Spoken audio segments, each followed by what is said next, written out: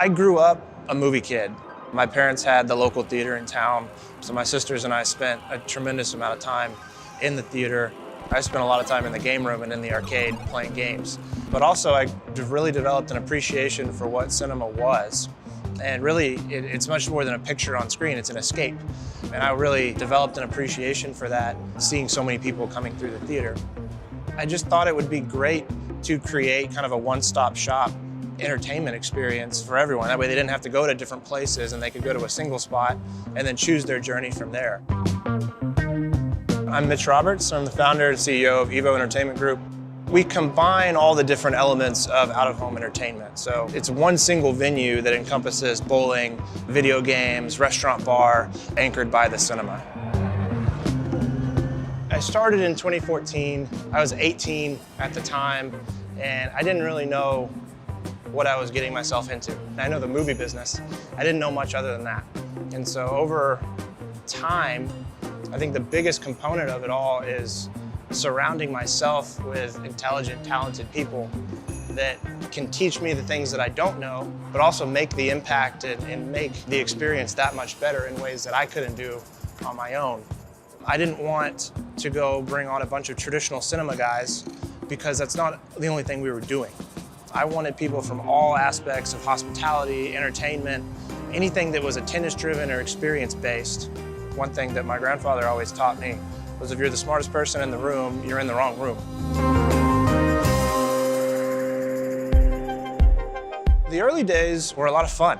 It was being on the ground, working in the venues all the time, talking to people what they liked about the venues, what they didn't like about the venues. So we would take all that feedback and then adjust. So as you visit our different venues, you see little changes along the way. You know, there's no two venues that are exactly alike. And the reason for that is just being so involved and being a small company that you can make those changes. I think as we've gotten larger, particularly in the last 6 months as the growth has really picked up, we've had to get a little bit more streamlined and focus on the efficiencies and the business aspect of it a little bit more than the creative side. But we're still heavily focused on the creative side of it just because that was the root of who we were in the beginning. Now we just have to be a little bit more grown up, if you will. We were coming off of 2 record years in 2018 and 2019, consecutive record years. So we were feeling really good going into 2020. And then of course the pandemic hit, which was a dramatic event for restaurants, bars, cinemas, all the things that we do. One thing that COVID did is it highlighted your weaknesses or the places that you could get better. So we had to make a really quick pivot there. We did that in a number of ways, from turning our parking lots into drive-in theaters. We pivoted to food delivery from a mobile app.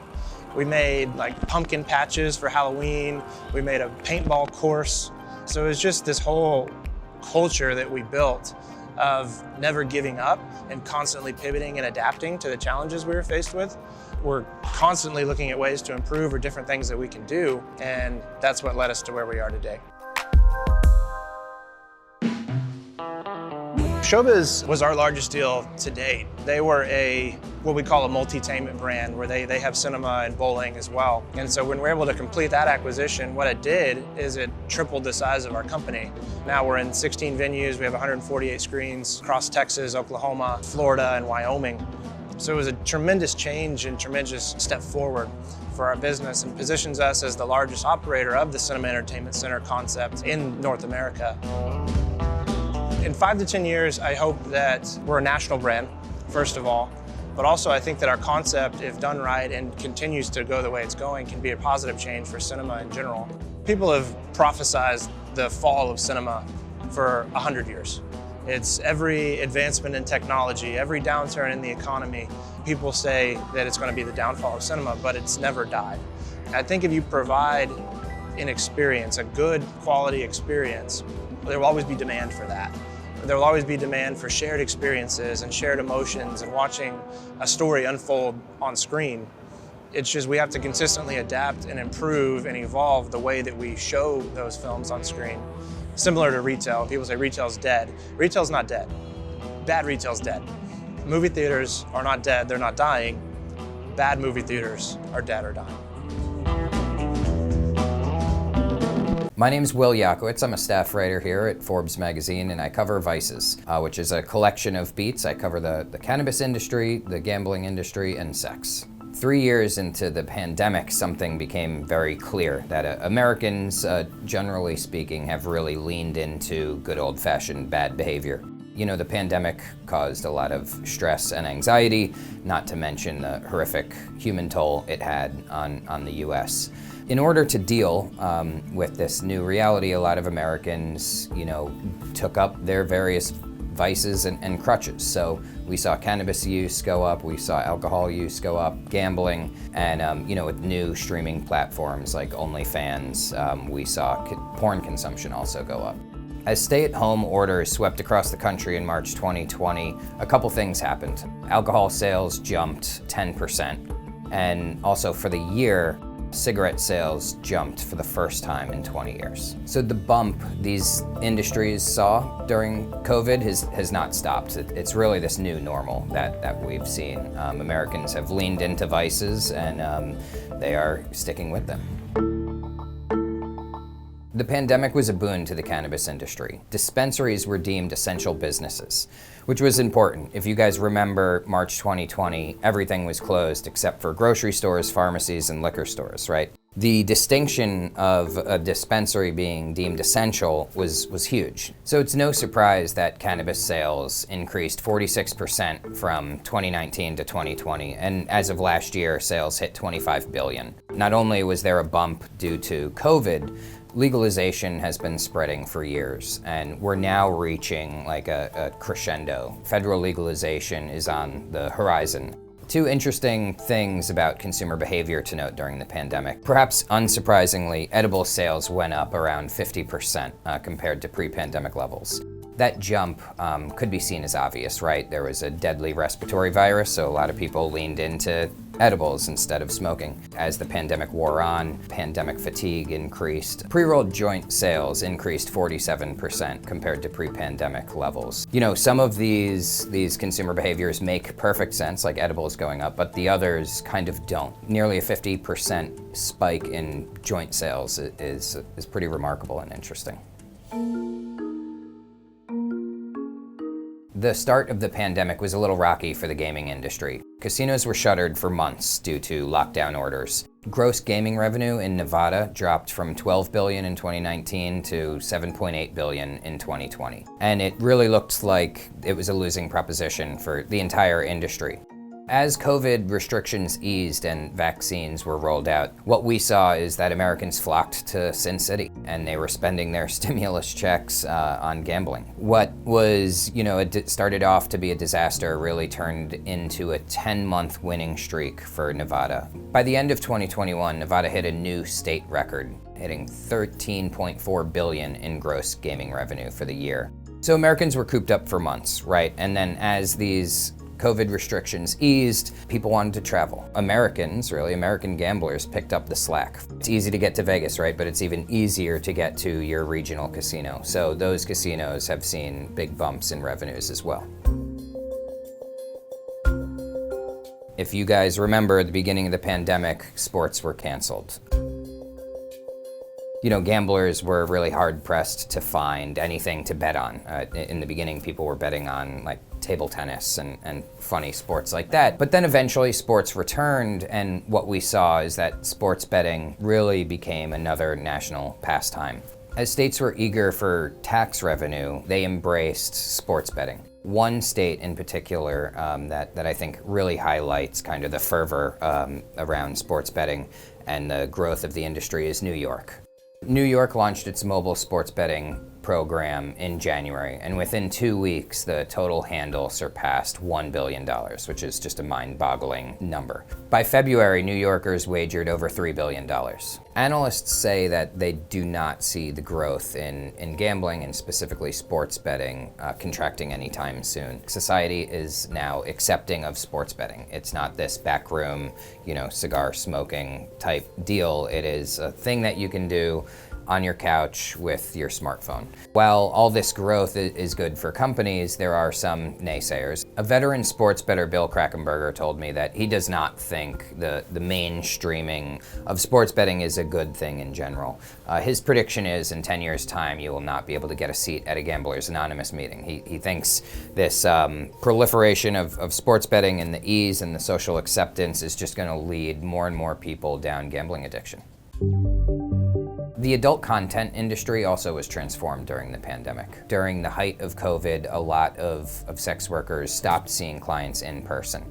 And there were platforms that have already been building up steam and building up audiences like OnlyFans and Is My Girl, Fancentro. A lot of sex workers turned to online platforms to continue working. More people were home, more people were alone, and when you're cut off from society, when you're cut off from your friends and family and loved ones, sex is a human need, right? Just like people turned to smoking a joint or drinking at home alone, a lot of people turned to porn for intimacy or just stimulation, frankly.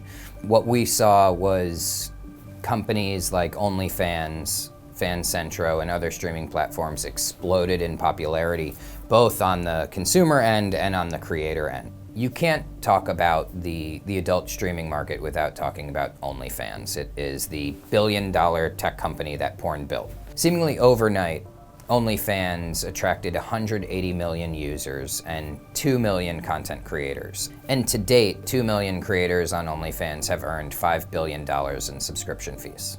The company itself saw its revenue skyrocket 540%, hitting $400 million by the end of 2020. The popularity of OnlyFans cannot be overstated. Everybody from, a former pastor to porn stars like Sophie D to mainstream musicians like Cardi B are on that platform. OnlyFans is a really fascinating case study in what happens to businesses when they serve markets like adult content. So as OnlyFans became a multi-billion-dollar company, they started looking for outside funding. And they were having a hard time doing that. A lot of investors are skittish around porn. They also hit a few roadblocks with payment processors. A lot of payment processors like Visa and MasterCard have general morals that, they won't process payments for illegal transactions, and some even, have a hard line with adult content. So OnlyFans tried to pivot away from porn, and it was a disaster. A lot of the creators were up in arms, a lot of the users were up in arms. The decision to pivot back to porn, if you will, was really the only way forward for OnlyFans. What OnlyFans created, and other platforms like it, is a more intimate relationship between the viewer and the creator. If you are looking at like old school pornographic films, right, like on a set, there's distance between the viewer and the creator, the porn stars, right? The distance has been erased. And that has really transformed like appetites for people who are looking for adult content. And I don't think that's going to change. How people make money in the industry and how people consume adult content has been changed forever.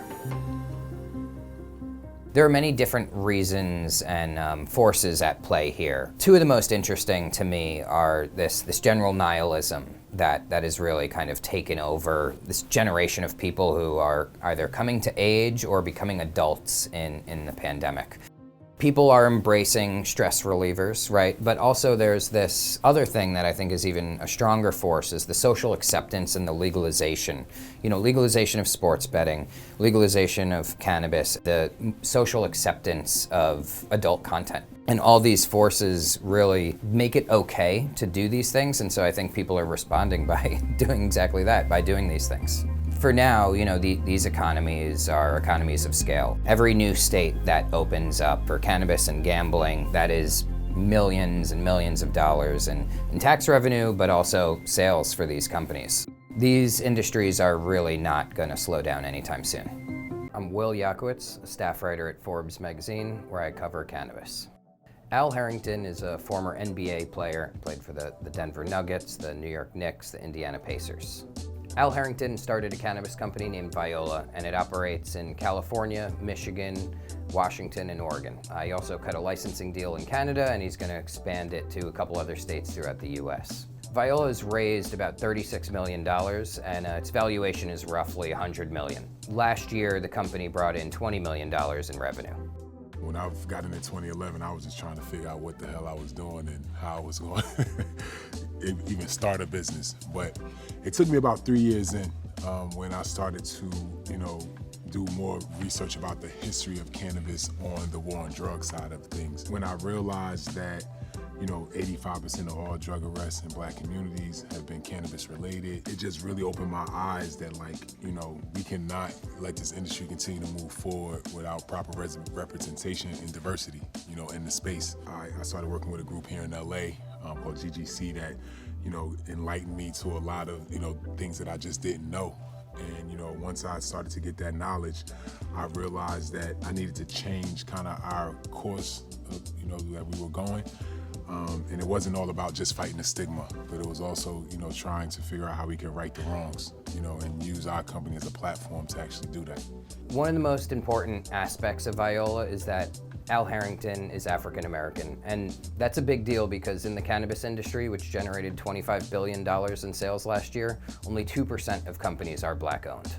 Al Harrington wants to grow Viola's business. He wants to increase the footprint to 15 states within 2 years, but he does have a grander vision. He launched an incubator program, which he plans to use to help create 100 Black millionaires in the cannabis space. His ultimate goal with the incubator is to increase equity and ownership and diversity in the cannabis industry.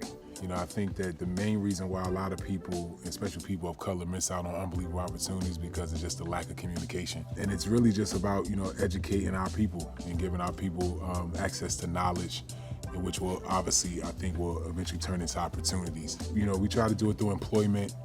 We try to do it through our incubator program. We just really try to reach out and just try to have an impact as best that we can.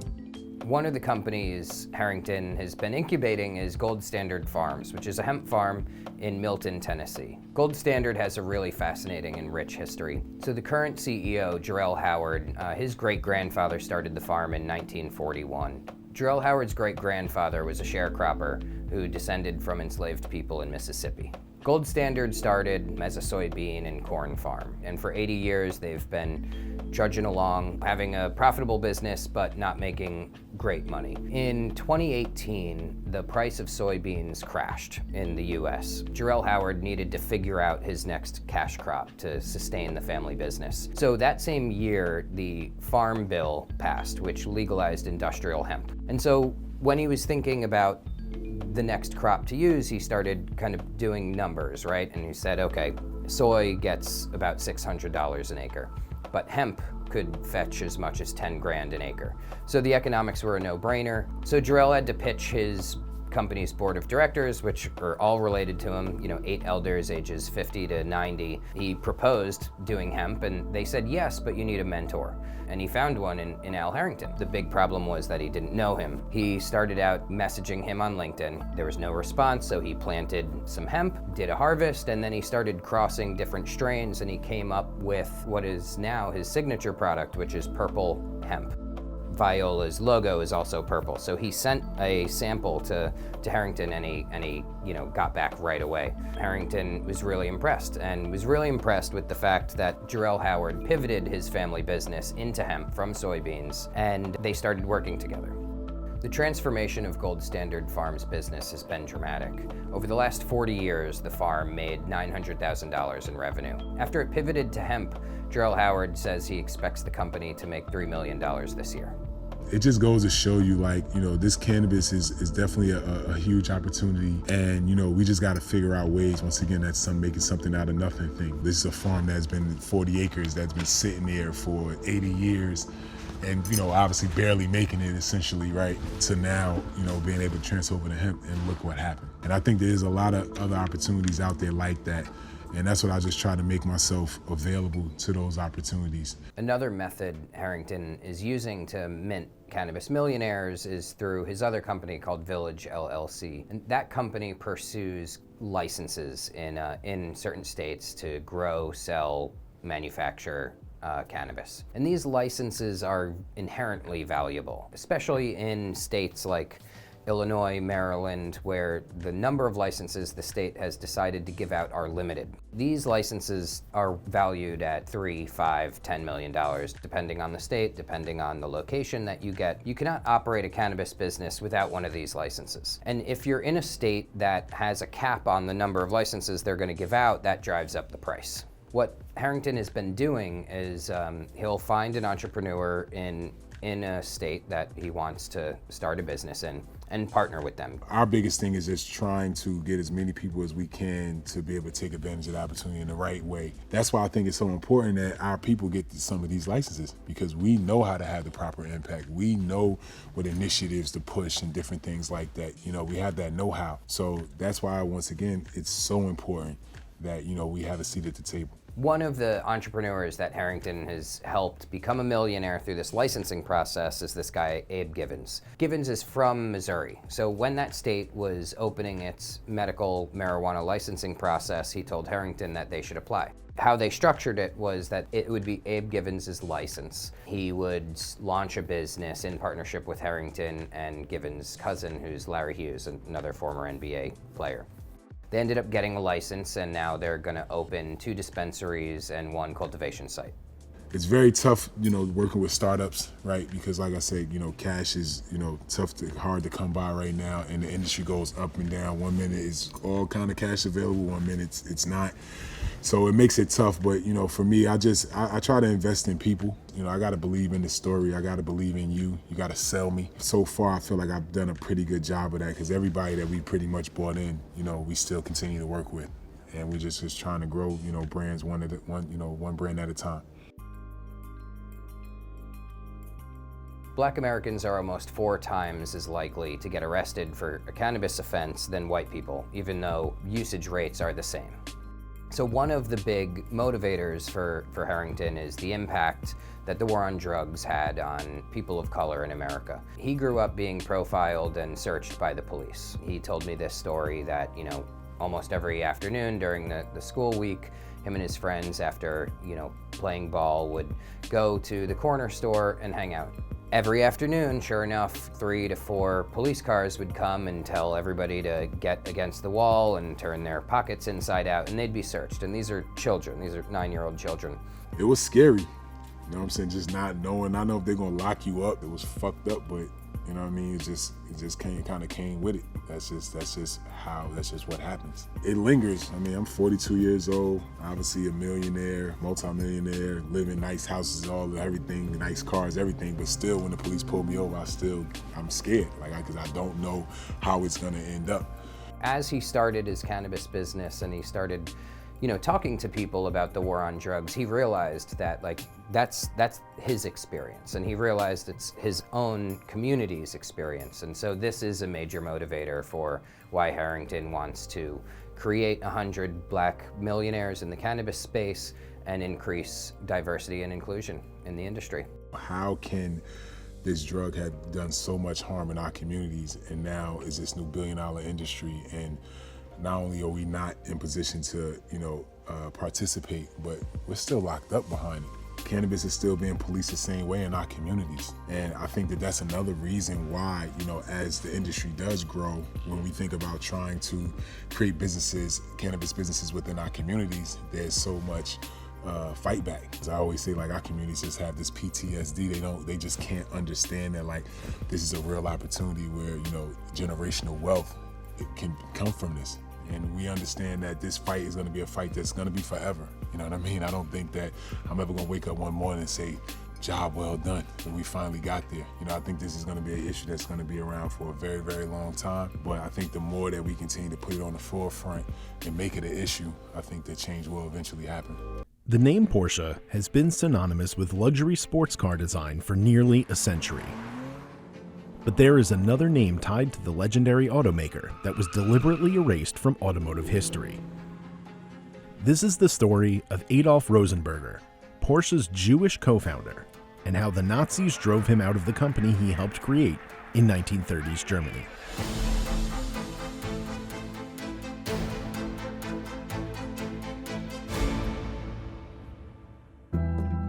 The The two people most often associated with Porsche's origin story are car designer and company namesake Ferdinand Porsche, and Anton Pieck, a lawyer and Ferdinand's son-in-law. Adolf Rosenberger was the third co-founder. Adolf Rosenberger was a race car driver, a very famous one in Germany. Adolf Rosenberger drove for Mercedes-Benz. He got to know Ferdinand Porsche because Ferdinand Porsche designed the race cars.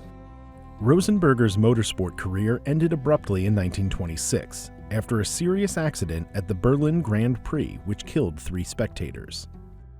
He moved back to his hometown outside of Stuttgart and started investing initially in real estate, and then teamed up with Ferdinand Porsche and Anton Pieck. And Adolf Rosenberger served as the financial backer. Ferdinand Porsche would spend prolifically on his designs, and the Porsche car design firm was always on the verge of bankruptcy.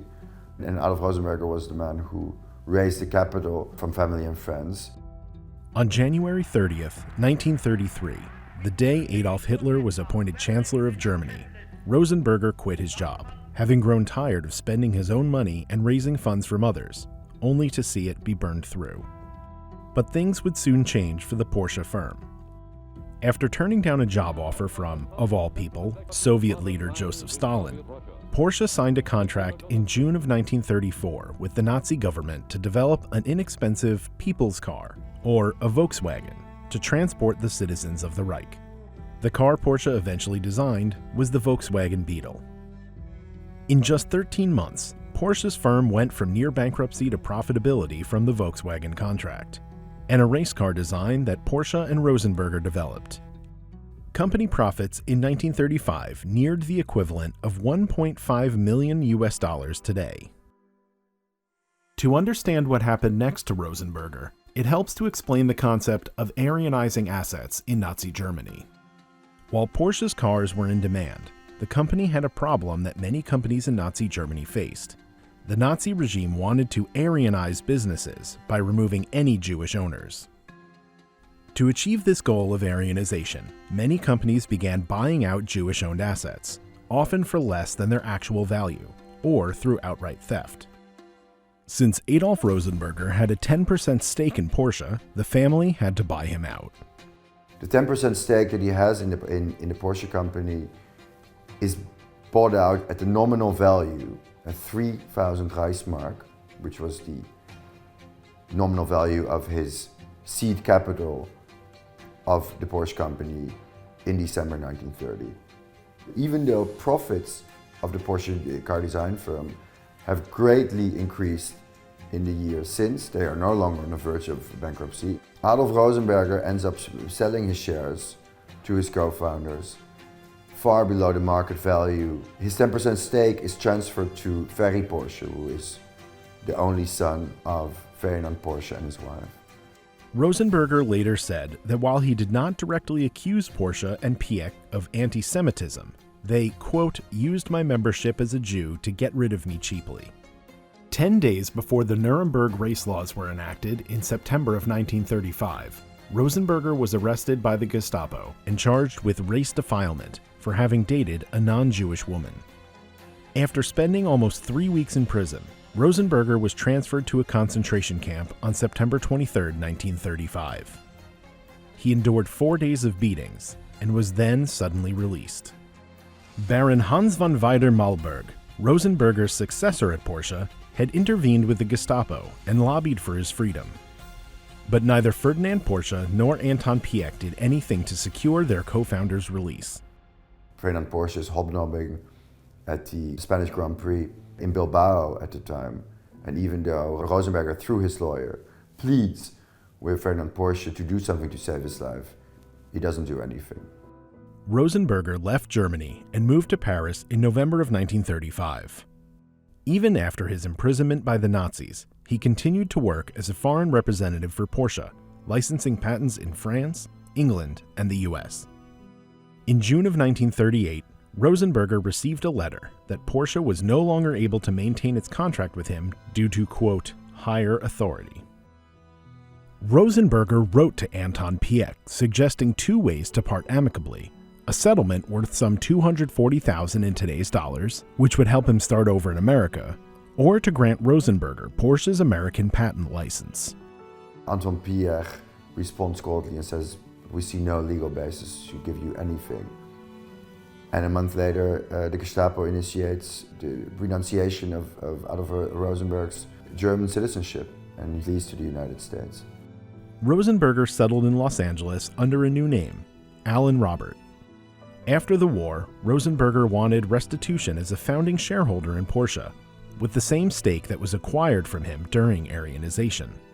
The case went to court, and Piech proposed a settlement, $144,000 in today's dollars, plus a car, either a luxury version of the Volkswagen Beetle or a Porsche 356. The settlement was accepted by Rosenberger's attorney, and Rosenberger chose the Beetle. But the story did not end there. There's a part of him that still wants to be part of the Porsche company, despite everything they did to him. So even after the settlement, and even after the sudden deaths of both Ferdinand Porsche and Anton Pierre, he goes back to Ferry Porsche and asks if he can do something for the Porsche company in America. However, nothing came of the meeting, and in December of 1967, Rosenberger died of a heart attack in Los Angeles. So why is Rosenberger's story not widely known today? For one thing, Ferry Porsche himself played a big part in erasing the Jewish co-founder from the company's history.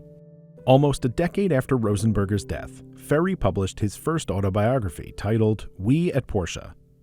In it, he twisted the truth around what happened to Rosenberger, as well as other German Jews who were forced to sell their businesses and flee the Nazis. Ferry, who was also a former SS officer, peppered his account with anti-Semitic stereotypes and claimed it was the Porsche family who had saved Rosenberger from the concentration camp. The perverse irony ends up that a former SS officer ends up introducing the Porsche car in America, and not the persecuted Jewish co-founder of Porsche who has immigrated to America. That is yet another incredible tragedy of the tale of Adolf Rosenberger's life. In Porsche's second autobiography, published in the 1980s, Ferry changed his story, removing the anti-Semitism from the narrative and reducing the story of Rosenberger to just 2 paragraphs. But he continued to deny Aryanization took place, and Porsche's corporate position has also largely been quiet on this part of the company's history. And today you have the very Porsche Foundation, which is sponsoring professorship in corporate history, even though the Porsche family has never spoken about Ferry Porsche's anti-Semitic statements, about Ferry Porsche's voluntary application to the SS, and Ferry Porsche populating the Porsche company in the 1950s and 60s as CEO with former high-ranking SS officers. So what is happening is that there is a global foundation today in the name of Ferry Porsche, which perversely is pretending to be engaged in history, but nothing could be farther from the truth. It was not until 2019 when the German public finally got to learn about Adolf Rosenberger's founding role at Porsche. A public television documentary chronicled his saga as a company co-founder, the struggles with Aryanization, his fight for recognition, and how he was written out of Porsche's company history.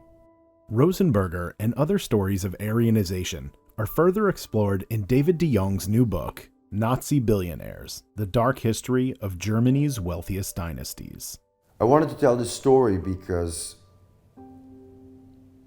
what I found so shocking living in Germany is how transparent some of the world's most important companies, like Porsche and BMW, are about the history of the people who founded them or who saved them from bankruptcy, and how they are not owning up to that part of history. I think you can learn from history by being transparent about the good thing and the bad things people did. If you only celebrate people's business successes but not show their war crimes or affiliations during the Nazi era, you don't learn anything from history, you just whitewash it.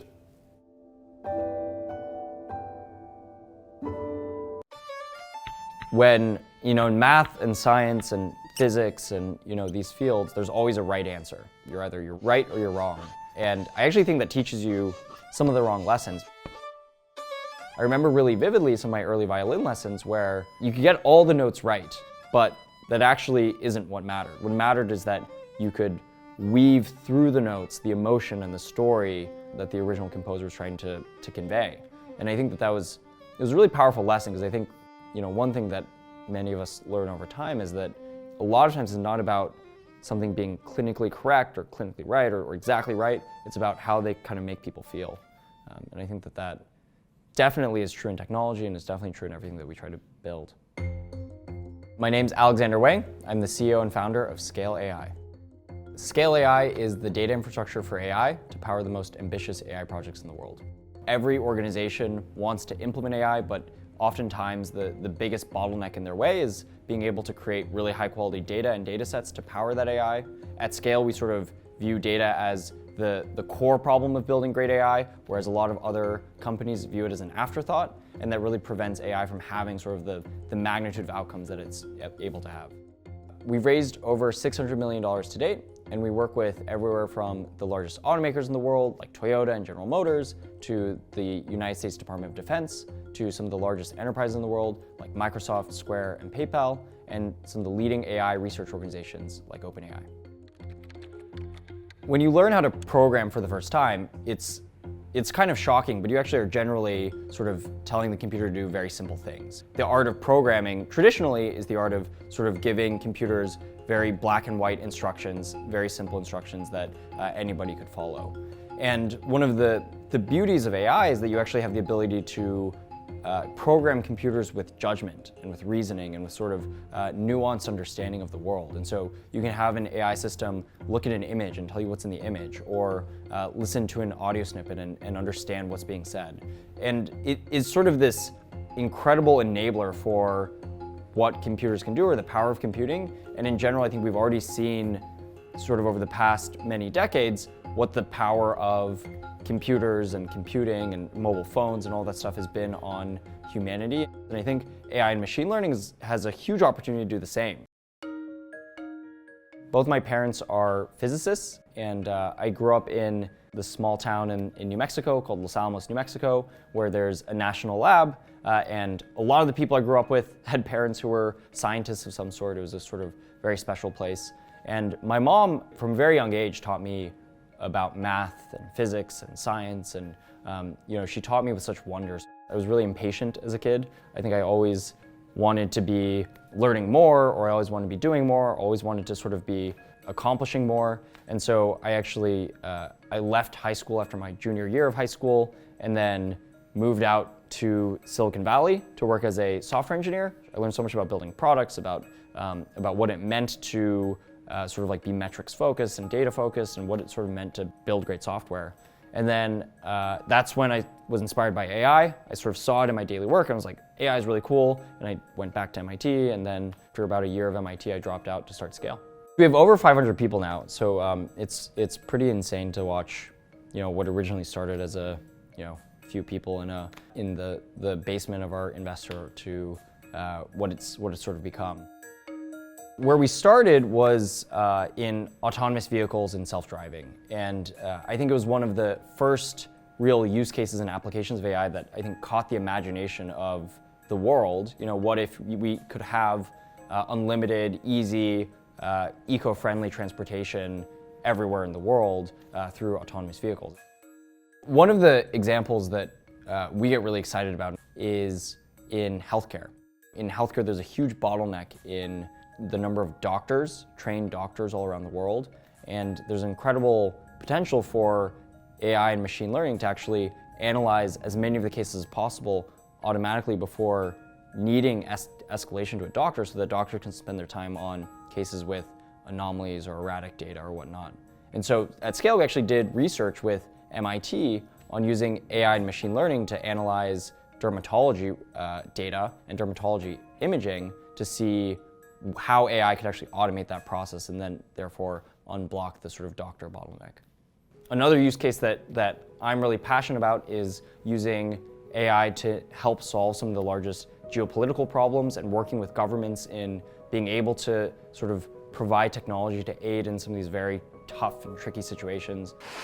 In the war with Russia and Ukraine, we actually deployed scales technology in understanding satellite imagery of major Ukrainian cities, Kharkiv, Kiev, and Dnipro, to understand what was the amount of damage in key parts of these cities. And so we analyzed using machine learning as well as satellite imagery and identified all sorts of structures in these cities where there was meaningful damage that wasn't otherwise being addressed or captured by humanitarian efforts. And so I'm incredibly excited by our work there and actually enabling sort of humanitarian efforts, enabling us to respond to some of the world's most pressing and exigent problems.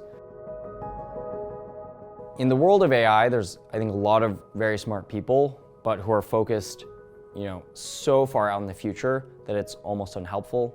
There's so many people focused on what's going to happen when we have AGI or what's going to happen, 2 or 3 decades in the future. And I think there's not enough people who are really focused on what are the problems that we have today and how can we use artificial intelligence and machine learning to really change the game today. And so I think what's next for us is to be the people, some of the people, hopefully in the world, who are focused on how do we solve some of the biggest problems today around climate, around agriculture, around geopolitics, around medicine, and really start making an impact, now.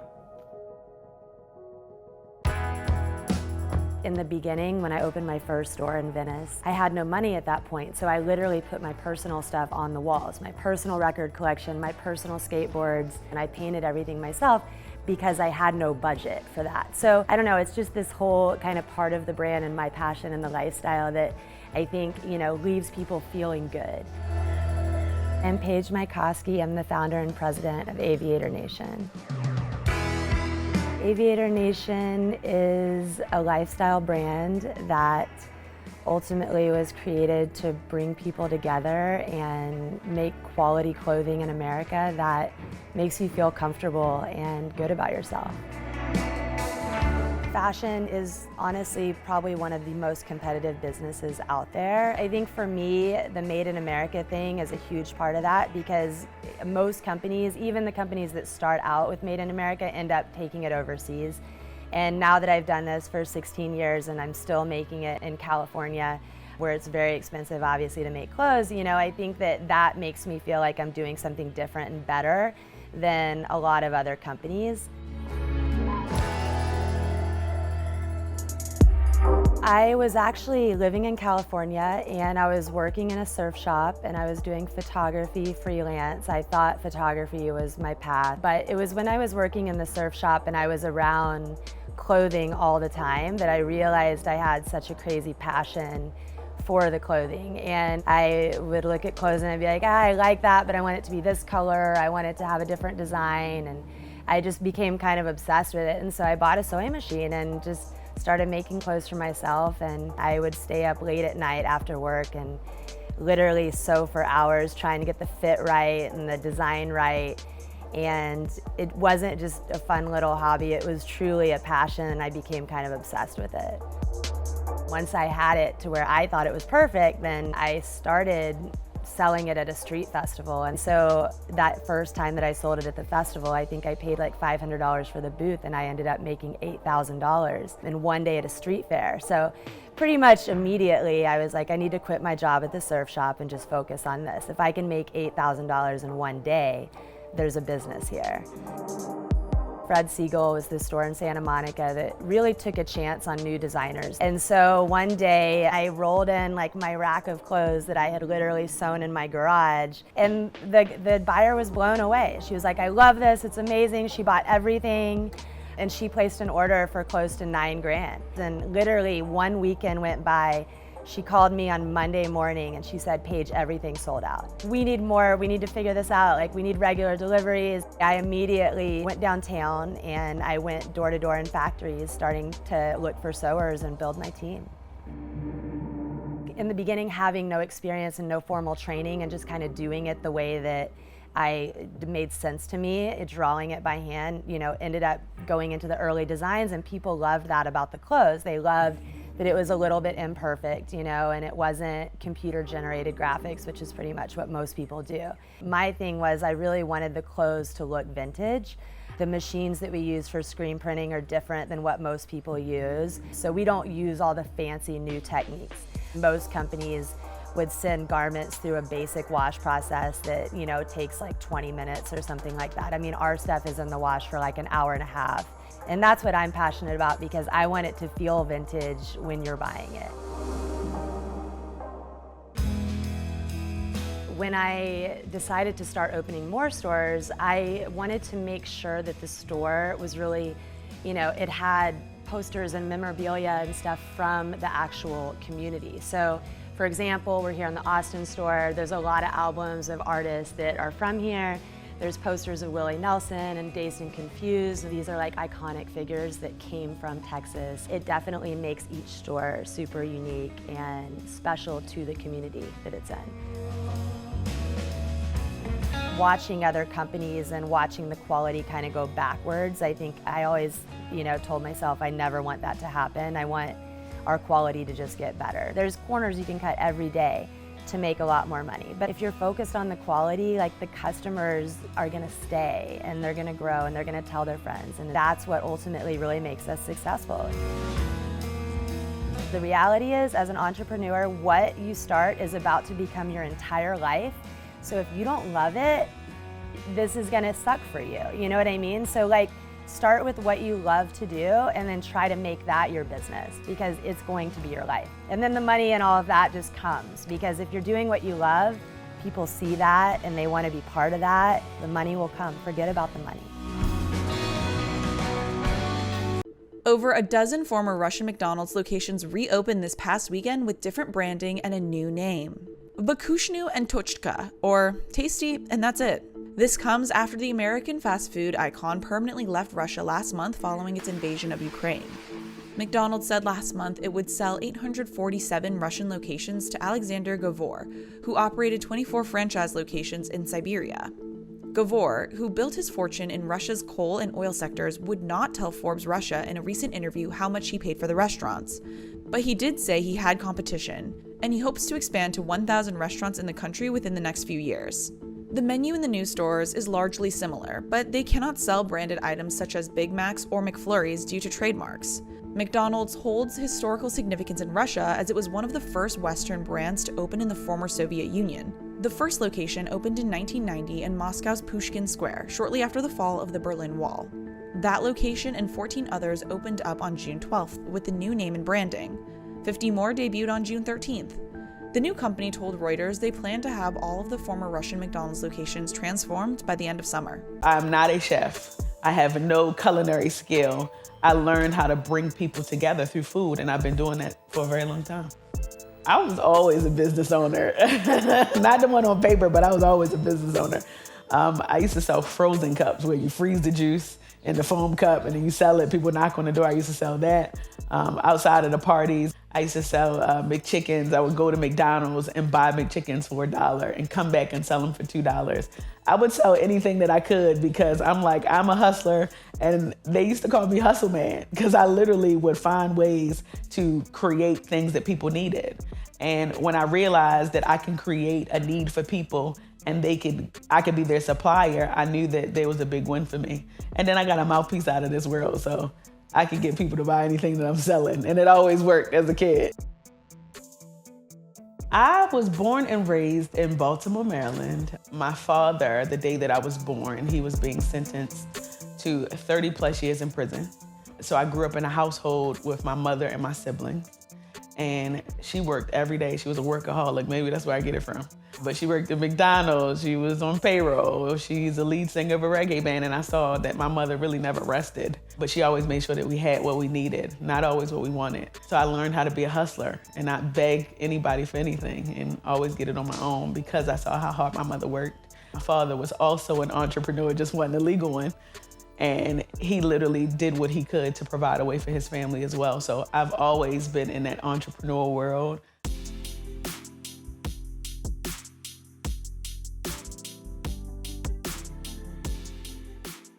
Growing up, I used to sell candy, food, everything you could think of because I just had that itch. I was 14 having high school parties, and I can remember calling rec centers and facilities acting like an adult so that I could secure the venue to have parties. And I used to bring out 1,000 people every single week that would come to my parties. And I remember counting like $4,000 on the floor with my mother every other week. And that was something that I've never seen before, because here I am, I'm a teenager. I'm just getting out of my preteens. And my mother helping me to count money, making more than my mother at a young age. And I realized that entrepreneurial life is the life that I need to live, and the rest is in history. As a Jamaican, food was always big. I laugh about eating rice and peas every single day of the week. But I always had a home-cooked meal. And although my mother wasn't home all of the time because she was working, my grandmother was in the house, so she taught me how to cook. She was a baker, I didn't get that part down. But she was just the person that just taught me how to make flavor taste good. And I learned so much from her. And I grew up in a household with a mother who's a vegetarian, so I grew up just eating fish. So after I graduated college, I got into TV and I was really good at it. And it afforded me the opportunity to move to New York City, where I became a producer on a few shows, saved up my 401k. And I opened up my first restaurant. It was called Pinky's Jamaican and American Restaurant. And the restaurant did seemingly well, had lines down the block, but fortunately and unfortunately, I lost that restaurant to a grease fire, but I'm glad it happened, because what it did is it took me out of that restaurant so that I can focus on other things. I was only supposed to come to Atlanta for 3 months. And when I came to Atlanta, that's when I came up with Slutty Vegan. And that Slutty Vegan concept literally started in my bedroom, my 2-bedroom apartment in Atlanta. And after I came up with that concept, I had no idea that it would turn into a $100 million brand.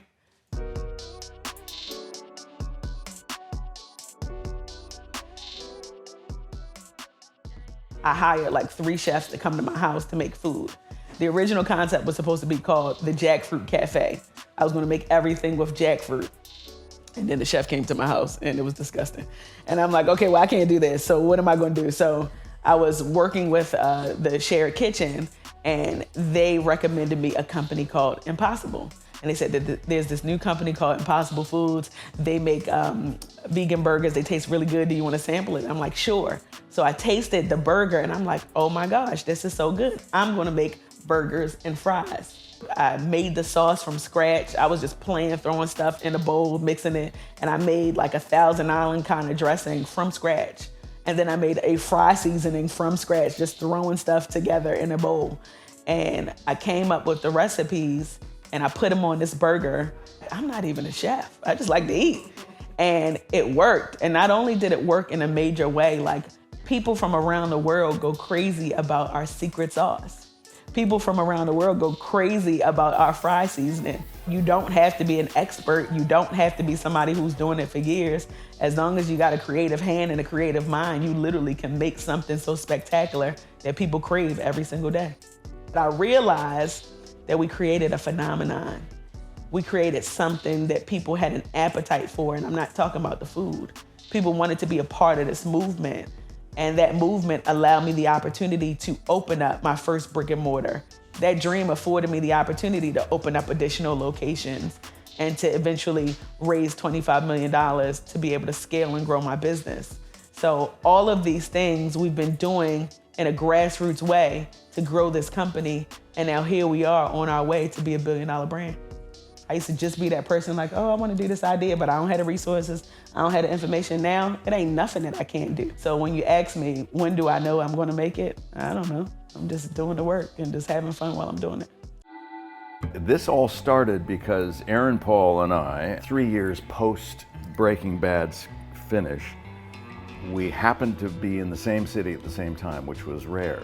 And we missed each other. So I said, well, I think it's too early to work together. Yeah, it's too early. Maybe we can do a play or something, maybe. And then Aaron Paul says, let's create our own mezcal brand. And I said, wow, that is a terrible idea. I don't know anything about spirits business.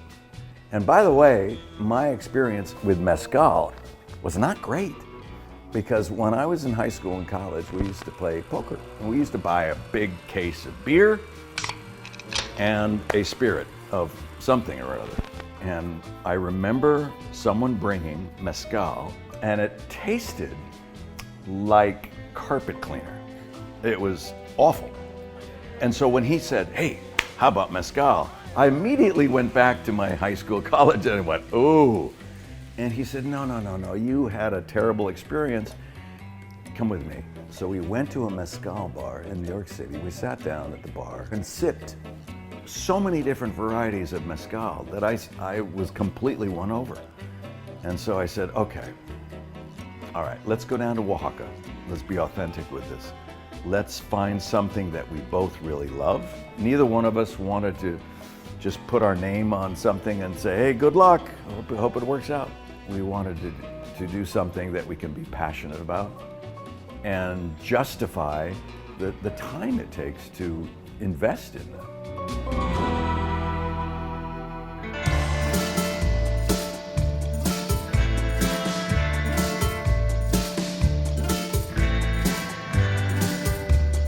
Mezcal is a beautiful spirit, old spirit. You can do shortcuts in making it, but it's very labor intensive. To prove the old world process, at our palenques, which is the name for the processing plant, there's no electricity. There's no electricity needed to produce this. It was important for Aaron and I to do this right. Our maestro, our mezcalero, Gregorio Velasco, he's been making mezcal since he was 8 years old. We wanted to go with the highest quality.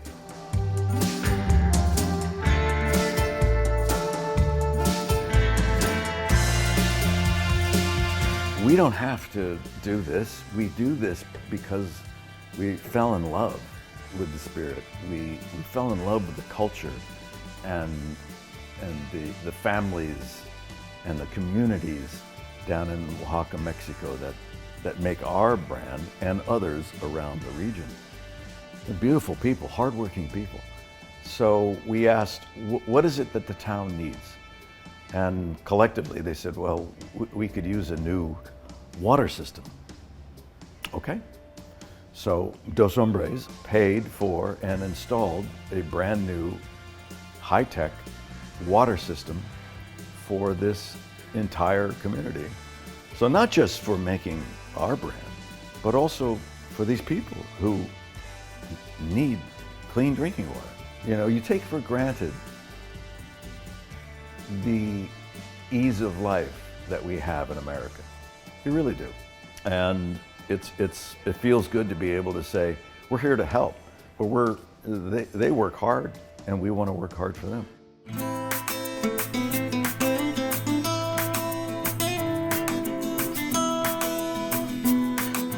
The espadín takes about 6 years to mature as a plant. The tobola is around 25 years.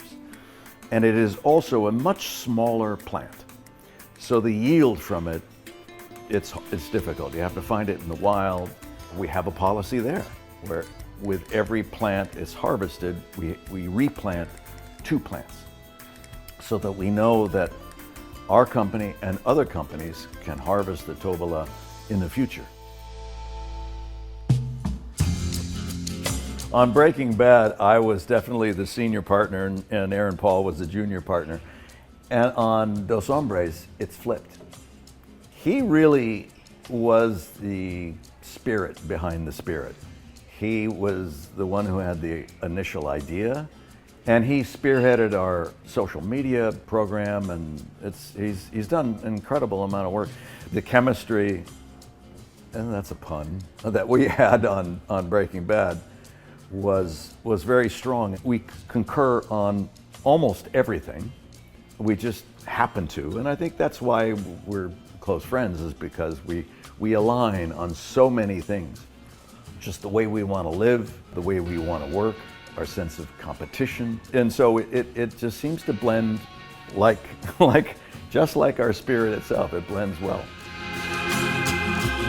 Aaron and I, from the get, we said, look, I don't want a job. I don't need a job, neither of us. So the only way I would want to get involved in anything is if I can fall in love with something. And we just fell in love with this. So we love the work, but it's not a job. We're like dry sponges. We're so eager. We're learning every step of the way. And it's a fascinating experience.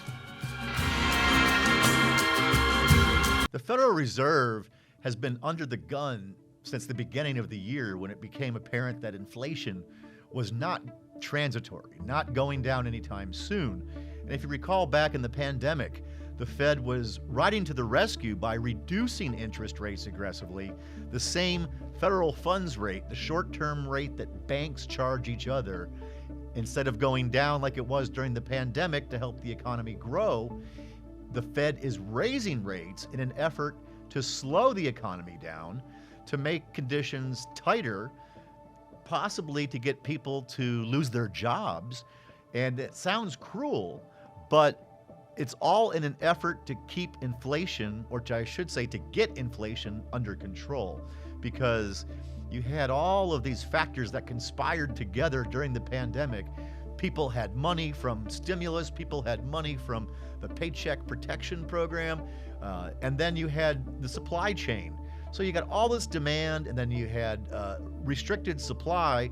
So it didn't take a PhD in economics to figure out that prices would have to rise to compensate. Jerome Powell, the Federal Reserve Chairman, feels probably like this problem is a little bit of his own doing. So it's kind of his own credibility on the line, and he wants to show that he's going to take care of the problem that he kind of helped to create. The Federal Reserve is actually doing two things to slow down the economy. One, of course, is to raise interest rates, but the only interest rates they can control directly are the short-term rates, the federal funds rate and those that are pegged off of that. But they're also selling government bonds out of their balance sheet. The Federal Reserve, during the Great Recession and also during the pandemic, loaded up on government bonds. That was called QE, quantitative easing. And you may have heard the term QT. It doesn't mean you're a cutie. That means quantitative tightening. So they're going to be doing the opposite. They were pumping $120 billion per month into the economy. And now they're draining that liquidity out of the system. Not quite up to $120 billion per month, but they will get there. So the same water that made the bathtub fill up is now going to drain it. A lot of economists feel that inflation will decline on its own accord, that the Fed need not be so aggressive in raising the federal funds rate and draining liquidity from the system. But if you look at the totality of it, it seems that inflation over time is much more of a threat to long-term economic growth than a temporary campaign to hike interest rates. So people who don't want to see interest rates go up, I guess they want to still live on easy street, because if they don't do this now, if inflation doesn't come down, then we could be paying $16 for a Coke. This is almost like a cleanse of some sort. By getting inflation out of the system, we can get back to a real economy. And there's real dislocations going on out there. People can't afford homes. People can't afford cars. Wages need to keep going up. And so once you get in that spiral, it's kind of hard to break. Hey, everything costs more. I need more money. And then it just keeps on going and going. And it really got out of hand in the 1970s. That's why there was drastic measures taken then. And Jerome Powell, he was part of the problem by getting rates too low and keeping them there for too long. So he's indicated he's not worried about slowing the economy down, and he says he doesn't want to have a recession, but if this continues, it's quite likely. 45 minutes from the craggy cliffs of Northern California's Lost Coast, through a few cool redwood groves, lies Humboldt County, the heart of America's cannabis country. In July 2022, Johnny Casale, the founder of craft cannabis cultivator Huckleberry Hill Farms, and his partner, Rose Moberly, put 55 pounds of grade A, sun-grown pot into a wood chipper and pulped it. Humboldt's cannabis farmers, some of whom have spent decades running from helicopters before California legalized marijuana in 2016, are now operating in a broken market. Nearly 5 years after California launched recreational marijuana sales, the price per pound has collapsed by 52%. Instead of getting rich producing a cash crop, 95% of licensed California cannabis growers operated at a loss last year.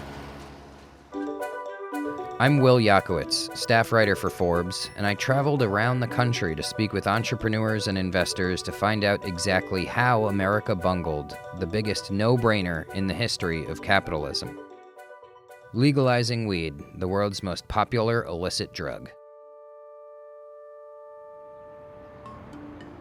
To start off, I spoke with the man who's been dubbed the father of the legal cannabis industry. Daddy is pretty upset. Feels like it's time for a spanking. Steve D'Angelo, who founded the Oakland-based Harborside Health Center in 2006, has been in the cannabis industry for decades. I've grown it, I've smuggled it, I've sold it, I've made clothing out of it, I've made paper out of it. I've collectively sold, I don't know, at least $1 billion worth of cannabis in my career, probably about half of that in the legal market and about half of that in the underground market. But who's counting? Maybe it was $2 billion. We are joined live by Stephen D'Angelo. He is the owner here at the Harborside Health Center. D'Angelo's Harborside was one of the country's first 6 licensed marijuana dispensaries. He was also a driving force behind Proposition 64, which legalized recreational marijuana in California in 2016, and founded the nonprofit The Last Prisoner Project. We had a great amount of promise in this industry to create something new, to create something different, to create a way of life for thousands and thousands of people that would be better. And so far, we've really blown it.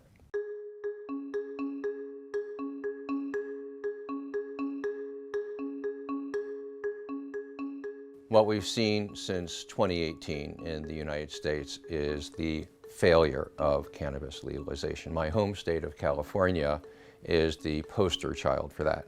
From 1996 until 2018, we had a lightly regulated system in California that supplied medical cannabis patients with very high quality, very affordable cannabis, and allowed the people who are growing that cannabis to have a decent upper middle class lifestyle.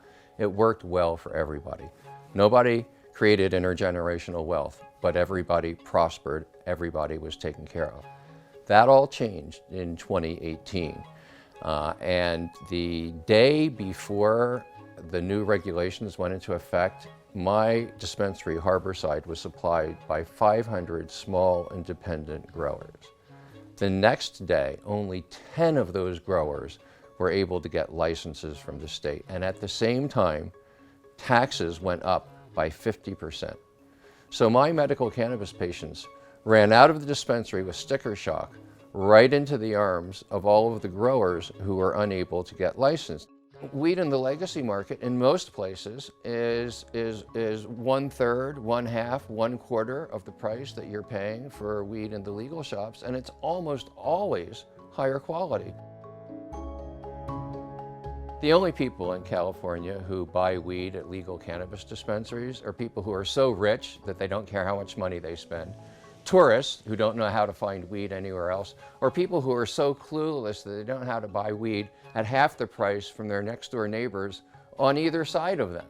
The legal cannabis system is not capable of competing on a price or quality basis with the legacy system, and it's not going to be able to do that until it replicates the same kind of efficient structures that the legacy market has used into the legal market.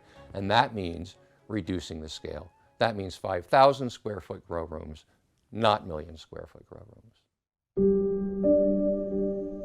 In the fertile valley between Malibu and Santa Barbara lies Glass House Brand's largest cannabis greenhouse, spanning 1.5 million square feet inside a 5.5 million square foot facility. The company, which is based in Long Beach and owns a chain of dispensaries and an edibles manufacturer, views its mega grow as a call option on federal legalization, when companies will finally be allowed to ship pot across state lines legally. There's really probably no better place anywhere on the planet to grow cannabis than right where we are today. We have the upsides of growing in a warehouse, great climate control, 6 harvests a year, with the upsides of growing outdoors, using the sun, using the natural Southern California climate. So it's a kind of ideal hybrid of the best of outdoor and the best of indoor. That's what we get with the greenhouse.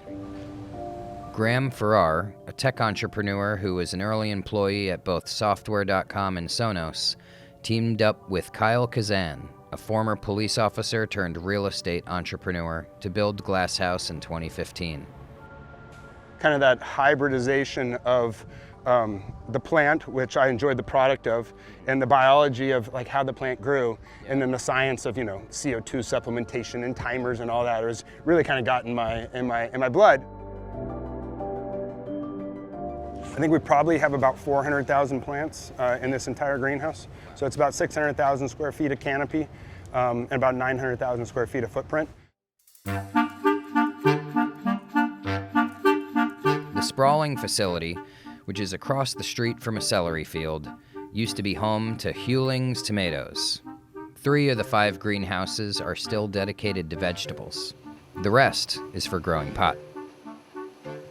Glasshouse will eventually convert the entire 160-acre property into a cannabis farm, with the goal of bringing 200,000 pounds of pot to the market every year, enough weed to affect the market price. This is what we're talking about when we say high quality, done efficiently in a way that should be affordable for everybody. I mean, this is great quality cannabis, 100% sun grown in California. I mean, it's our belief that this is what the rest of the country thinks of when they think of cannabis, right? Tequila comes from Mexico, champagne comes from France, cannabis comes from California, and this is that sun grown California goodness in a bottle.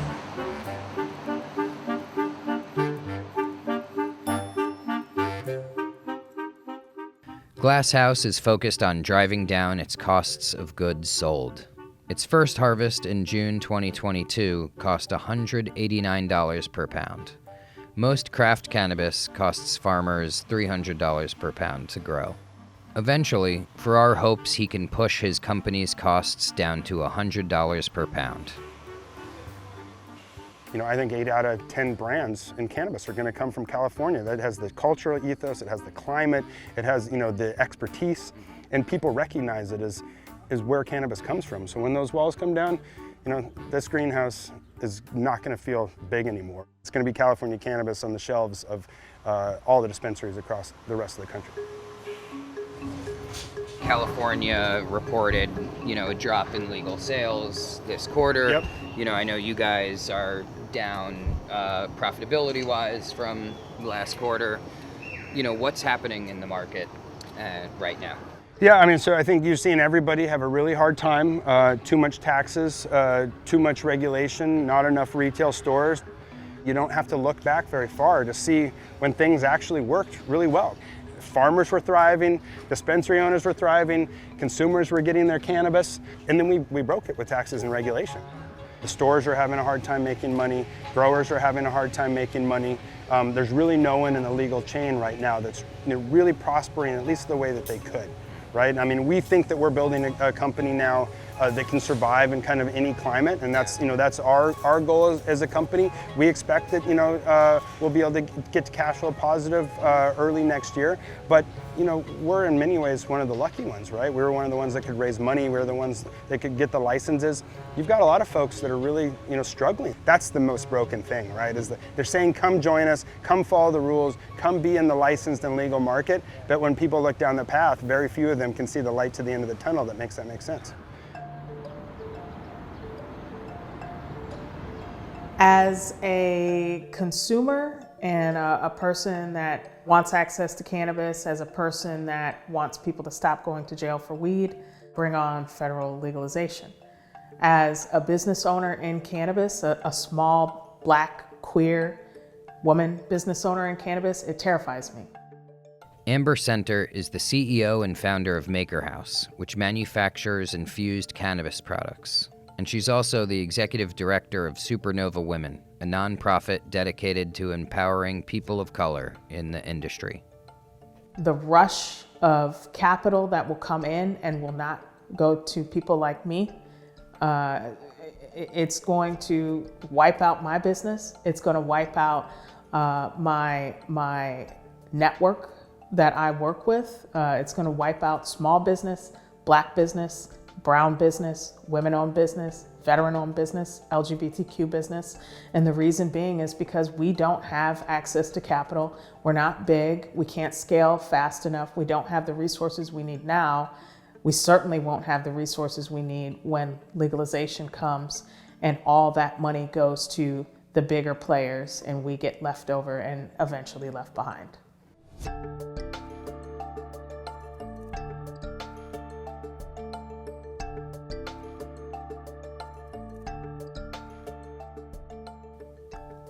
It's not looking good for people like me, that look like me. Cannabis is a small business industry. It was built on small business, and small businesses thrive in craft cannabis. And that is what we need to be focusing on, is how can we provide for our families, and how can we contribute back to the community in a meaningful way and be upstanding citizens while doing all of this. It's not okay to sell people a pipe dream and tell them, you get into this, you're gonna become a billionaire and you're gonna be able to create generational wealth to take care of your family for generations to come. Like that's insane. And really, what other industry promises these things? None. Legalization was supposed to be a boon to California's vibrant cannabis industry, but most small to medium-sized businesses feel as if they got bamboozled. Many have gone back to the black market, while many more have gone out of business. I got into this business as a way to try to create generational wealth. Growing up in low-income housing with a single mother, that was my goal. That isn't possible right now. California Street Cannabis is a small, independently owned retailer that specializes in selling Northern California weed products.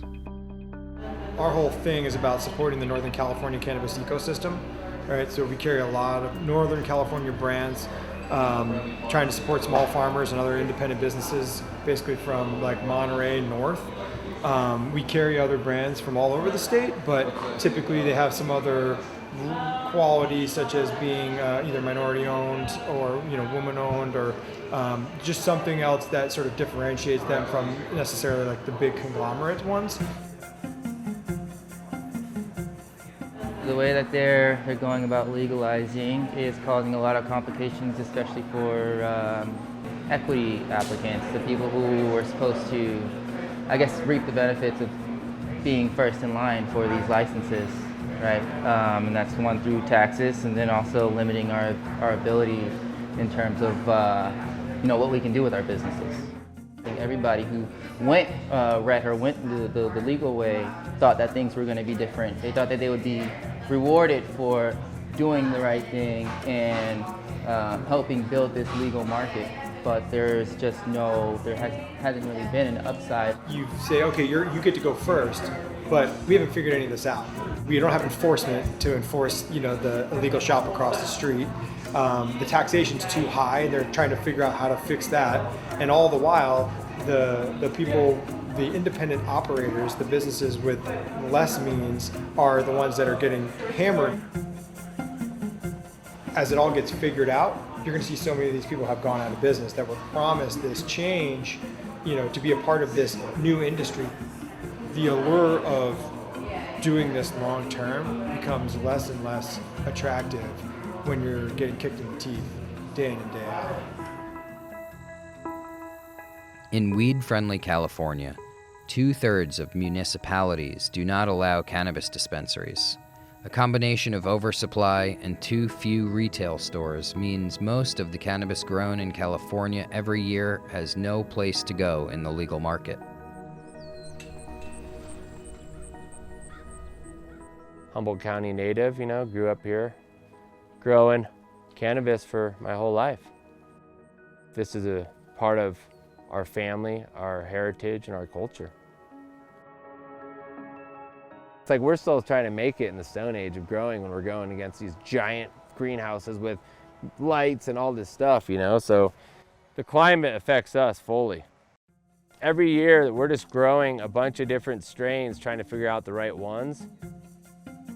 Ridgeline grows award-winning strains like Runts and Green Lantern. For us, it costs a lot of money to grow a pound of weed.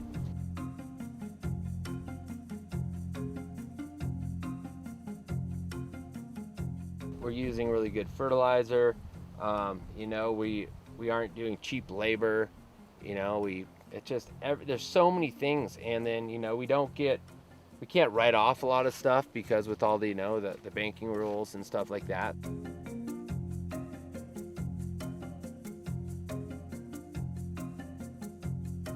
We have basically the highest taxation, the crappiest banking you could ever imagine. It costs us a lot of money monthly just to have a bank account. There's just so much against us that if we don't sell our product, then we go under. And, you know, a lot of us are getting our product back. And you know, that's pounds that each pound, let's say, costs us over $300 to make. And then at the end of the season, a little farm gets back, you know, 200 pounds. That's, you know, at least 20% of that's all your profit, let's just say. We get the short end of the whole deal. And a lot of these people will call us, hey, can we get a discount? Can we get a discount? Well, it's like, you know, we're already losing money. And these dispensaries, you know, somebody goes and buys my jar, it's like $45. But I'm gonna make $2 or $3? Like, what's happening here? Why don't we get any of that? Lots of good people, lots of good families, friends.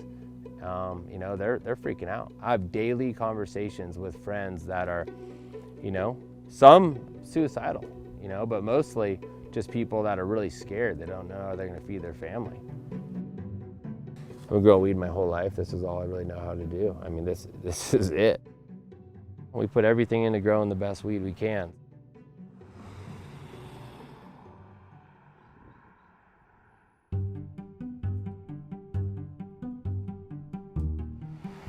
We dealt with law enforcement on a regular basis for the last 40 years.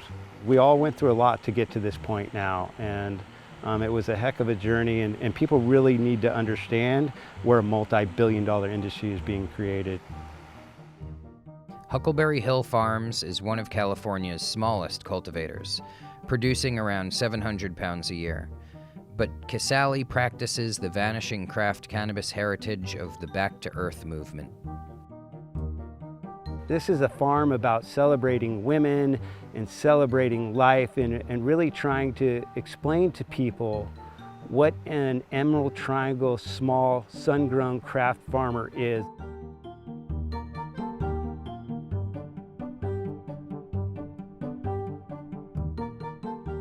It's about regular families and regular people that didn't want to live in the cities, that wanted to create a lifestyle of their own. And now I'm permitted by Humboldt County and permitted by the state of California. And we have one of 2 or 3 different tourism licenses here on this farm, and we're able to share our life's work with those people. So we do have 3 different phenotypes here of the riddles, and what we're looking for is structure, we're looking at scent. Casale's strains caught the discerning eye of Willie Nelson, and the musician's cannabis company, Willie's Reserve, sells his bud in more than 30 dispensaries across California. On average, if I had to guess the amount of cannabis that's being grown here right now, I would say between 70 and 80 pounds. You know, really thinking back to the reasons we originally even moved here was to get out of the city, to get out of the, you know, the daily traffic and that everything that went along with living in the cities. And maybe along that journey of living here, maybe we forgot for a very small moment on what legalization could look like. And it looks like now, from where I'm at, exactly what we were trying to get away from the very beginning, because it's been nothing easy to run this business, especially with the rules and regulations that are being created by a group of people that hopefully have good intentions, but really have no background or understanding what it takes to grow a cannabis plant. So it's been very challenging. you know, there's predictions that over 50% of the small farmers will be gone, at least in the Emerald Triangle after this year. The prices completely plummeted to rock bottom with the oversaturation of the market. Look at how California is trying to position us as, you know, one of the leading exports of cannabis in the world, right? Where are we exporting to if New York has their own weed, if Oklahoma has their own weed, Colorado has their own weed, Oregon has their own weed, Washington has their own weed? I mean, I think it will not take too long for people to realize like their local weed isn't California cannabis. But that's my fear, is that, yeah, we're ramping up for federal legalization, and then, but who are we exporting to? For Casale, he has three choices: sell on the legal market at a loss, divert some of his harvest into the nation's thriving $47 billion black market, or destroy his crop. Having served 8 years in federal prison for cultivation, staying legal is more important than turning a profit. So Casale frequently turns to the wood chipper. Thanks to overregulation and overtaxation, the US government has blown an easy revenue opportunity: legalized drugs. But it's not too late to save the $72 billion cannabis industry from the perils of prohibition.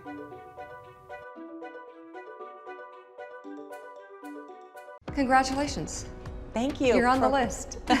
I'm so excited about this. I am too. When you guys called and said that you wanted me to be a part of it, I was really thrilled, because that's a great accomplishment for anybody over 50 years old, right? I think so. I think we've discovered there are so many women in their 50s, 60s, 70s, 80s, 90s having their greatest impact in these years. Yeah, it's really impressive. I just came from a fashion show here in New York, and I was sitting with Martha Stewart, and every time I see her, I'm inspired, I'm impressed, it gives me hope that, you know, in a couple years when I'm her age, that I'm still gonna be doing what she's doing. And she's sitting there at this show multitasking. We're talking about Christmas trees and what she's doing for the holidays and her business, and it just made me so happy, and it gives me, you know, another breath of fresh air. You know what I mean? She's always starting new businesses and Yeah. having new ideas, and I there's know. no stop to it. If I'd have known the reaction I was going to get from my daughters, I would have begged for this interview a lot earlier. So they're very excited. Well, here we are. Here we are. Here we are. Girls, I did it. Thanks, girls, for the support. So seriously, my platform, Know Your Value, when we got together with Forbes to create this list, what we discovered is it's actually a wonderful message for younger women.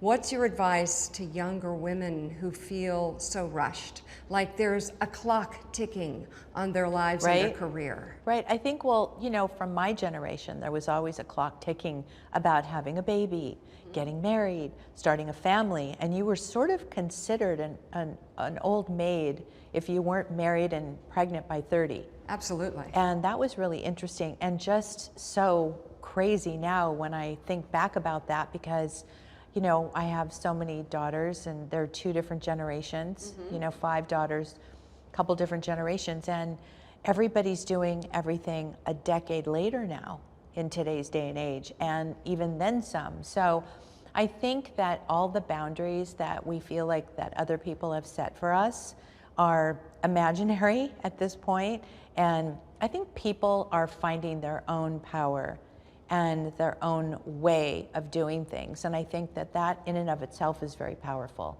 It And really you know is. what? It gives a lot of other people hope that there is no rush.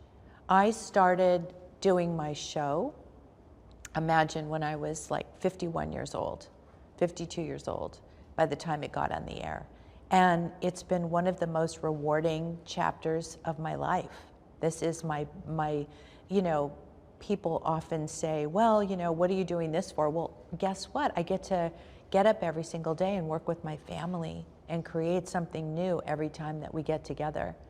And the, you know, the creation of all the the content, like everybody calls it now, it's joyful at this point. It's a lot of work. And you have to know what you're doing, and eventually we figured it out, but it's been a great journey. Did you have any idea that the show would be the success it is today? You know, you always hope that anything you're putting your hard work and heart and soul into, that it's successful. And I think that it was always the hope that we would even get picked up for season 2. So when we were in the middle of filming season 1 and we got the call from the network that we had been picked up for season 2 and we hadn't even finished, you know, and then got the news that there would be no break, we're just going to keep filming. We kind of took a deep breath and went, okay, you know, this is what this is like, because it was foreign territory. So you coined the term momager. Okay. And you've said that you're the family CEO, right? I am. Okay. And you're paid a 10% manager's fee on the gross income from your family's deals. That's pretty good, Kris. Well, you know, when we started working together, there was no formal agreement per se, and we were trying to figure things out. And I knew by talking to everybody in town, and I knew so many people, and I have a network of friends and family that are in the business. And most managers and those type of people, agents, are getting between 20 and 25%, sometimes 30. Of the gross, I know. And so I said to my kids, look, I'm gonna put my heart and soul into this. I'm gonna work hard, and I'll take 10% because that'll make it worth my while. I'm not gonna charge you the industry standard, which I thought was super fair. And then I knew that in order to get anything, I knew how hard I was gonna have to work, and just wanted to make sure that I didn't need to get a day job. So you were like, kids, I'm giving you a deal. Here we go, 10%. That's What a deal. What a deal. That's right. I'm interested in knowing when you realized you were the head of a business enterprise and not just a family. The first time I really started building an infrastructure, you know, and got the right people in the right positions, and an in-house counsel, and, you know, just all of the necessary folks and team members to make the machine, you know, work. And it, you know, whether or not you're there, you know, making every single decision, we needed to first build the infrastructure and make sure that we were doing all the things that, you know, the girls wanted out of a business. And there's a lot of them, and then me and my son.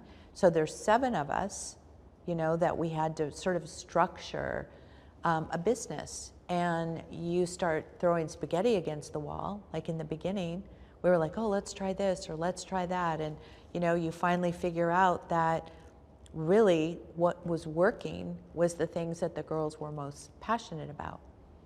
And creating those kind of businesses really, you know, was very successful for us, and really resonated in how much joy and fun you're getting out of it too, because it can't just be a grind constantly. That's just not healthy. It's so much work. And you guys have gotten to the point where you have so much power and so much influence. And I think it's safe to say that much of the American public, and a lot of women of all ages actually, look at your family as a model, like what to wear, what kind of makeup to use, how to use it, how to present yourselves. And a lot of that influence happens on social media, which is something that is really, we've all kind of evolved with it over the past decade, for better or for worse. Right. And the data has shown now, we're learning that a lot of time on social media for young girls has been linked to depression, body image issues, self-esteem issues. How do you view the family business responsibility in this ecosystem as we are learning so much? Well, so that's a really a big question. I think that, I'll start with this. I think that when we first started our show, there was no Instagram, there was no Snapchat, there was no TikTok, there was barely Twitter. And Kim was really the first one who got on Twitter and taught the rest of us how to navigate the, you know, the community and everything that was going on. And she was really the first one that I knew about that learned how to communicate with the followers and the fans and the people that watch the show, and really use it as a tool, like a marketing tool, but also to find out what they were really interested in. And so in the early days, she would go on and ask, I'm going to do this fragrance packaging, what color should I do? And they would, you know, give a lot of input, and she would actually follow their advice, and it became this really successful tool for us. And as Instagram evolved and as it got more,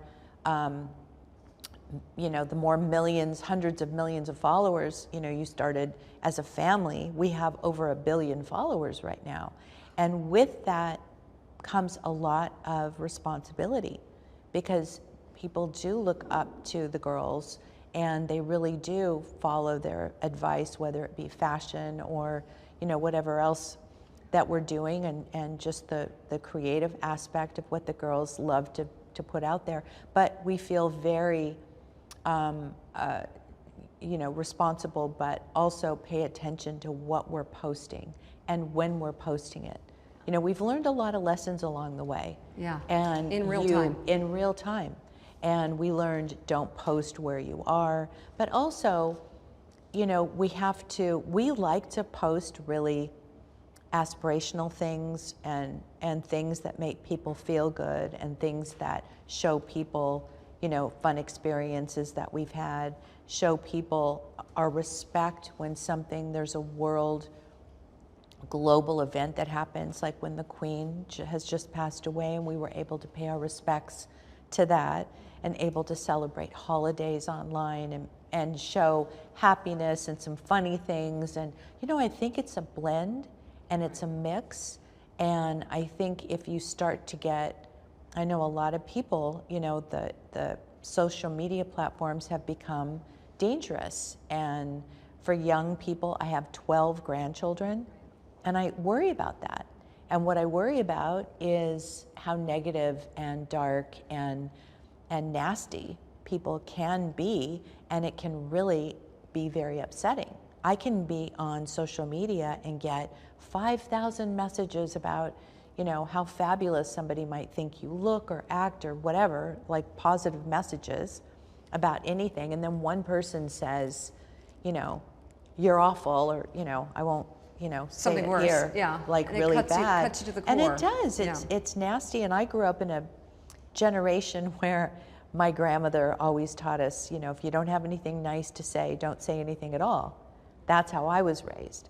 So to have people that you've never met, you know, that can just say whatever they want.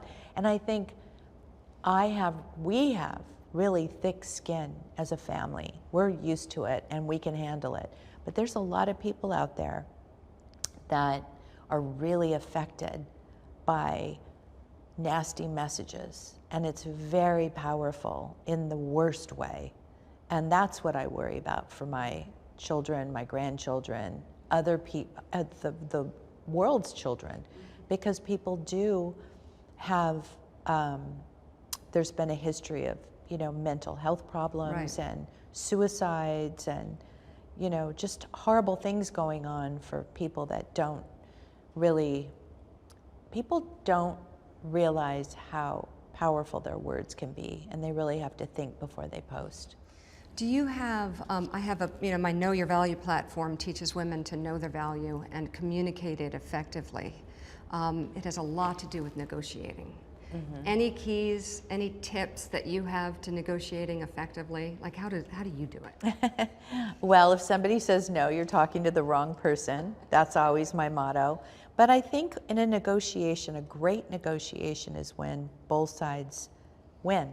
If you can give a little and they can give a little and you can come to terms. You know, it's interesting you asked me this question, because I had a meeting this morning with somebody that we were negotiating with for one of my daughters about 1.5 years ago. And it didn't go great because both sides were unhappy. And we had a meeting this morning, and he looked at me and I looked at him, and we both just said, that didn't go well, did it? Let's start over. And we both pressed reset. And we pressed reset today on something that was really special and that meant a lot to one of my girls. So that taught me a lesson. Like, you know, I wasn't willing to back down. He wasn't willing to back down. But then we both came to the table today and said, you know what, I can live with that if you can live with this. And so when you know, can do that with somebody, I think you really have to take a deep breath if it gets heated and be rational. And I think that I have learned not to be so impatient these days, the older I get. Let it play out a little bit. Yeah, that song Be my still. granddaughter sings, patience, patience. I need some. Yeah. You've been described as one of the most powerful people in Hollywood. Do you feel that you're at the peak of your power? Is there more to come?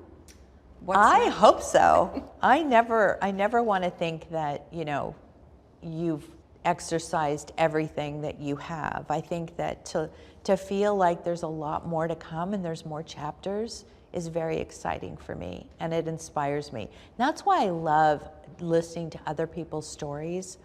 I love to watch the Masterclass series. I love to watch documentaries. I love to hear about people's journeys, because I think that we can, as women, can not only empower each other and inspire each other, but I feel like I have a responsibility to show my grandkids and my children what getting older looks like. You know, and some days I don't feel like showing anybody what getting older looks like because I'm tired, or I'm, you know, it's a Sunday and I want to do nothing. So you have to learn how to like give yourself that gift of relaxing once in a while, but also I think that it rejuvenates me. Like it gives me a little bit more energy to go out and try something new. And I love trying new things and learning new stuff, and my kids keep me inspired. And I think that the advice that I would give to anybody over 50 is to say, if you don't have 300 kids like I do and that you have to keep going, is like the friends that you make, like look around and look at who your circle is and try to surround yourself with people that you can learn from and you can, you know, be a buddy with, whatever it is. You know, whatever that you know, whatever it is that you love to do, find somebody else in your life, make a new friend, find some new people around you that like to do the same kind of thing. And it makes life more interesting and more joyful, more exciting. And you can do anything that you set your heart to. You just never give up. So with everything, the products, the new ventures, the shows, the lines, for Kris Jenner, what's it all about? What's it for? What do you want your legacy to be? I think my legacy is that at this age, I was a great mom and I'm a good grandmother. That's all that really matters. I mean, let's face it, it's just families first to us always. And I think that that will always be why we do what we do. My goal in life, when I had kids and they became teenagers and young adults, was that every single one of them had something that they found they were passionate about. That's great. And that I could help them achieve that as something that could be their life and their own legacy, and something that they could make a living at, so that they could be on their own, you know, sustain their lifestyle, whatever they wanted to do, whatever their dream was. And so one by one, that's the dream for me. Thank you so much. Oh my gosh, it's my pleasure. Thank you for having me.